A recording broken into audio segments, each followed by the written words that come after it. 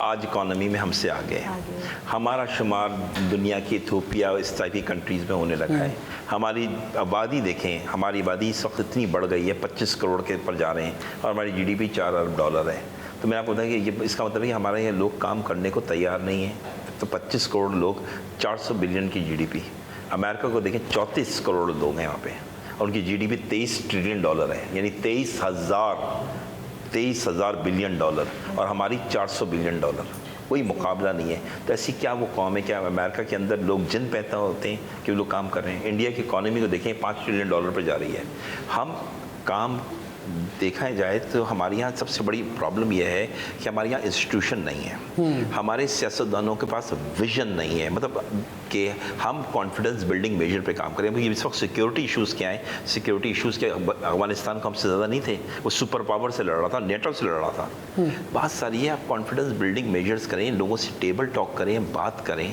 آپ کے پاس دنیا کی سب سے بڑی آپ کے پاس ریکارڈک موجود ہے, آپ اس پہ کام نہیں کر سکتے. آپ نے آج تک 1 کلو سونا نہیں نکالا, نہ کاپر نکالا, اس وجہ سے کہ سیکیورٹی ایشو ہیں وہ الاؤ نہیں کرتے. آپ نے کیوں نہیں بلوچستان کو یا دوسرے صوبوں کو کانفیڈنس دیا؟ وہ نہیں ہے.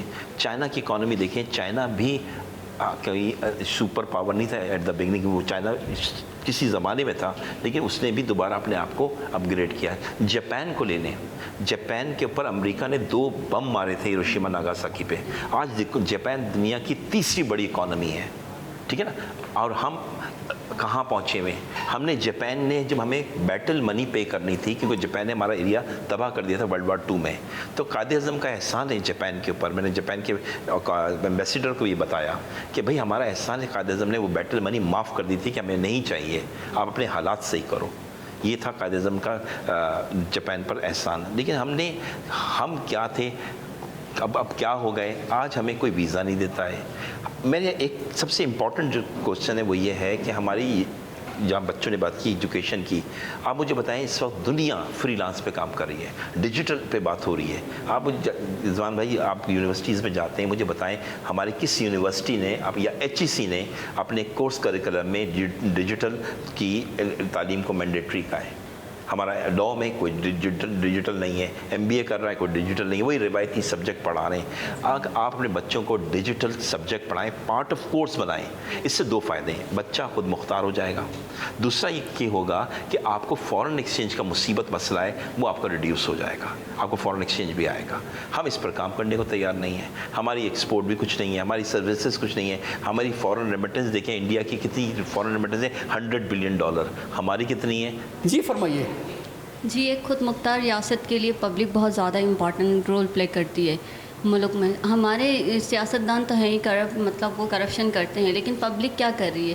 رات کو ہمیں پتہ چل جاتا ہے کہ پیٹرول کی قیمتیں مہنگی ہو گئی ہیں, تو ہم صبح رات بھر پہنچ جاتے ہیں پیٹرول پمپ پیٹرول. چلے وہ تو پھر بھی جو بھی پیٹرول لینے پہنچتے ہیں نا, کہیں اگر آئل ٹینکر گر جائے تو ہم تو مفت میں لینے پہنچ جاتے ہیں وہاں سے جمع. اور ہمیں اتنے بہادر لوگ ہیں, ہمیں اپنی جان کی پرواہ نہیں ہوتی کہ آگ لگ جائے تو کیا ہوگا. جی, پروٹیسٹ ہم بالکل نہیں کرتے, ہم ڈیڈ ہو گئے ہیں, پبلک بھی ڈیڈ ہو گئی ہے. پروٹیسٹ بالکل نہیں کرتی. اپنے رائٹس کے لیے پروٹیسٹ کرنی چاہیے. جیسے کہ کہا گیا ہے کہ جیسے حکمران جیسی عوام ویسے حکمران, تو ہم جیسے ہیں ویسی حکومت ہم پہ ہو رہی ہے. جیسے سر نے بتایا کہ اگر باہر پاکستان کے عوام, پاکستان کے جو فورن پیپل وہاں رہتے ہیں, اگر وہ انویسٹ کریں پاکستان کے اندر, ہم ڈونیشن نہیں مانگ رہے, اگر وہ انویسٹمنٹ کریں, ان کی انکم جو ہے $500 ارب ملین ہے. اگر ہمیں وہ 4 ارب بھی دیں کہ جو بادشاہ ڈیم بن جائے, ڈفرینٹ پروجیکٹ میں ہم انویسٹ کریں, تو یہ کتنا اچھا ہوگا. تو عوام بھی نہیں سوچ رہی نا اس بارے میں. نہیں, وہ اصل میں ہم کانفیڈنس نہیں دے پا رہے نا ان کو. حکومت کو جو کانفیڈنس دینا چاہیے, جو ایک لیول پلینگ فیلڈ ہوتی ہے, جو ایک اعتماد ہوتا ہے کسی انویسٹر کو دیا جاتا ہے, اس کو دینے میں ہم ناکام ہو گئے ہیں. ایک انتشار کی کیفیت ہم نے رکھی ہوئی ہے ملک کے اندر, تو کوئی فورنر یا ہمارے اوورسیز پاکستانی پھر کیوں انویسٹ کریں گے؟ سوال یہ ہے. سر اس پہ میں تھوڑا سا عرض کروں گا کہ مودی جی کا انٹرویو سن رہا تھا, انہوں نے جو مودی صاحب گجرات کا چارج میں رہا انہیں, تو انہوں نے کیا کیا کہ انہوں نے ریکویسٹ کی امیتابھ بچن سے کہ کئی شو کرنے ہم نے, اور اس کا جتنا فنڈ ہوگا ہم نے گجرات پہ لگانا ہے. اس نے کہا ٹھیک ہے, اس نے کمٹ کیا اور اس نے کر بھی دیا. ایک دن مجھے جس نے انٹرویو میں کہا تو امیتابھ بچن نے کہا آپ نے کیوں بتا دیا, میں نہیں چاہتا تھا اس کو سیکرٹ رکھنا کہ یہ کام ایسا ہوا. ہمارے پاس ہمیں ایسے فیسز تلاش کرنے پڑیں گے جو لوگ ہیں. سر یہ ہم نے بھی بہت کیا ہے, قرض اتارو ملک سواروں کے لیے کھا گئے نا کیا ہم نے. پھر ہمارے جو سابق چیف جسٹس جو ہے ڈیم بنا رہے تھے, ہم نے خود پتہ نہیں کتنے پروگرام کیے اس کے اوپر, لوگ جو ہیں اوورسیز پاکستانیوں نے پیسے دیے. یہ پاکستان میں بہت کچھ ہوا ہے, لیکن اب اتنا اعتماد خراب ہو گیا ہے لوگوں کا کہ اگر آج کوئی اور انیشیٹو شروع ہوتا ہے تو لوگ اعتماد نہیں کریں گے. ماضی کے اندر جو ہے ہم نے خود اپنا اعتماد خراب کیا ہے. جی پلیز. میں آپ سب کو امید بھی دینا چاہ رہا ہوں, صحیح, اور مایوسی سے ہٹانا چاہ رہا ہوں. تو اوورآل دیکھا جائے تو ہم جو تین یہ انتشار جو ہمیں پرابلمس آ رہے ہیں, پولیٹیکل, اکنومیکل اور سیکیورٹی, ان تینوں کا مسئلہ ایک ہی ہے, کرپشن فری پاکستان.